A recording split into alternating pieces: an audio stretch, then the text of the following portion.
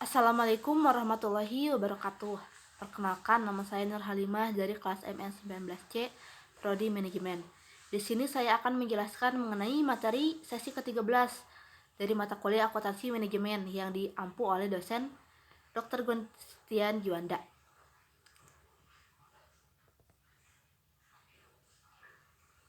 Langsung saja, dari materi tersebut menjelaskan mengenai balance scorecard. Apa sih itu balance scorecard? Balance scorecard adalah sistem manajemen yang bertujuan untuk menerjemahkan tujuan strategis organisasi ke dalam serangkaian tujuan kinerja yang pada gilirannya diukur, dipantau, dan diubah jika perlu untuk memastikan bahwa tujuan strategis organisasi terpenuhi.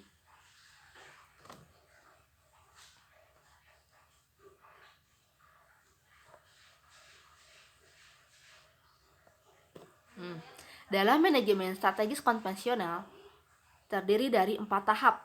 Yang pertama, analisis lingkungan strategis baik eksternal maupun internal untuk mendapatkan big picture dari lingkungan strategis yang akan dihadapi. Yang kedua, formalisasi strategis tahapan di mana strategi dihasilkan untuk menghadapi berbagai tantangan perusahaan ke depannya. Dan untuk yang ketiga, eksekusi strategi yang sudah dihasilkan pada tahap kedua. Yang keempat, evaluasi strategi.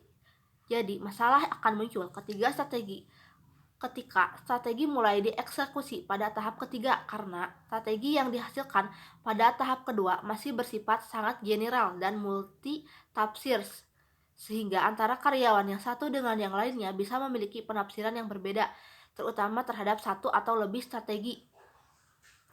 Dan karena yang merasa perannya sangat kecil bahkan tidak dalam mendukung kesuksesan strategi tersebut.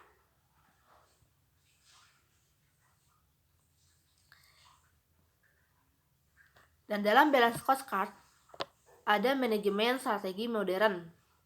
Karena tadi sudah dibahas mengenai manajemen strategi konvensional, sekarang manajemen strategi modern yang terdiri dari 5 tahap. Yang pertama yaitu analisis lingkungan strategi. Yang kedua yaitu formulasi strategi.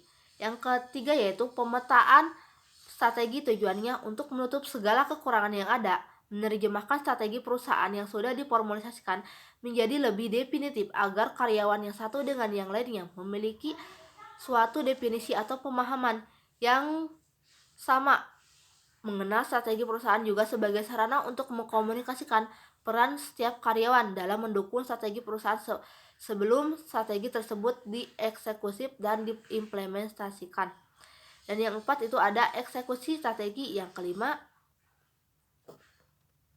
dan untuk yang kelima ada evaluasi strategi.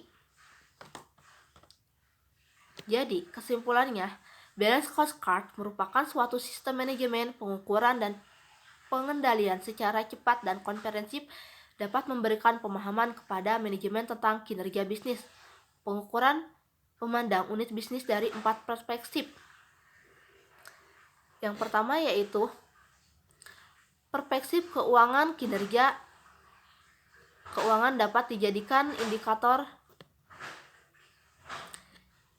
apakah strategi perusahaan implementasi dan pelaksanaannya memberikan kontribusi atau kepada peningkatan laba perusahaan atau tidak kepada peningkatan laba perusahaan. Dan untuk yang kedua, perspektif konsumen terdiri dari berbagai ukuran utama keberhasilan perusahaan.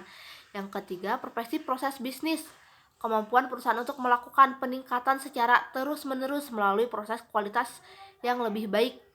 Dan untuk yang kelima, dan untuk yang keempat, perspektif pembelajaran dan pertumbuhan meningkatkan sumber daya internal perusahaan atau keahlian karyawan, retensi karyawan, dan tingkat keluhan karyawan.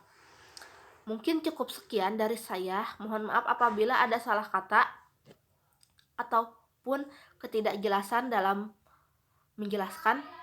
Wassalamualaikum warahmatullahi wabarakatuh.